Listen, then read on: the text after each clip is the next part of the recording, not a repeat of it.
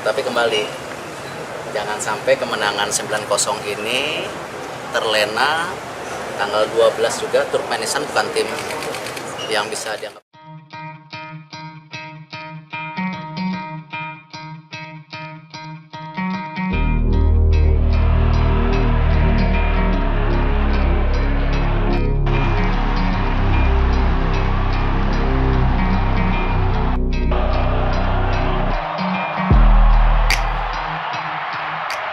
Dan tentu saya berharap ini kita benar-benar fokus tim ini untuk masa depan kita.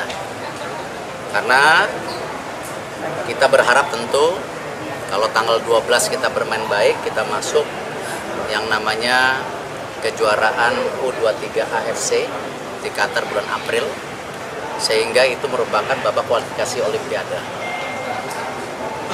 Lalu untuk para pemain, saya bilang, Anda mau nggak main Olimpiade?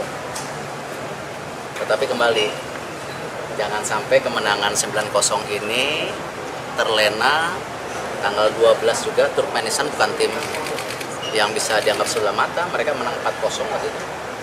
Dan beberapa pemain yang kemarin bertanding dengan tim senior juga akan gabung di U23-nya mereka.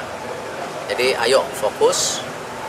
Kalau nanti sama Turkmenistan tanggal 12 hasilnya juga bismillah baik, nanti ke Qatar ya fokus lagi. Kalau ingin menjadi tim yang benar-benar Indonesia bisa banggakan. Karena ini saya bilang mereka generasi emasnya Indonesia. Ya, kita bisa lihat hari ini di babak pertama itu standarnya udah standar yang tidak pernah kita lihat ya.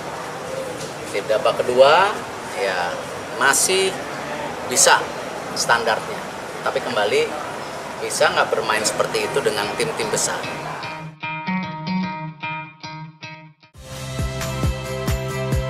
Saya Friska Clarissa.